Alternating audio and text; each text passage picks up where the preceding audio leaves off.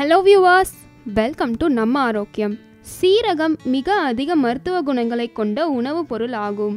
ஆனால் ஆரோக்கியமாக இருக்க வேண்டும் என்ற நினைப்பில் மிக அதிகமாக பயன்படுத்தினால் ஆபத்து தான் உண்டாகும்.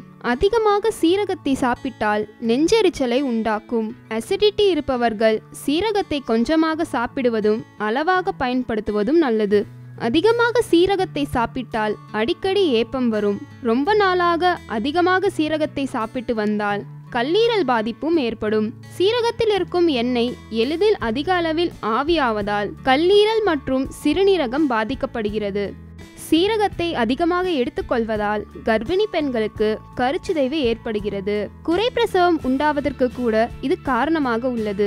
தினமும் அதிகமாக சீரகம் சாப்பிடுவதால் வயிற்று உபசம் ஏற்படும். அது மட்டுமின்றி குமட்டல், வாந்தி போன்றவற்றையும் ஏற்படும்.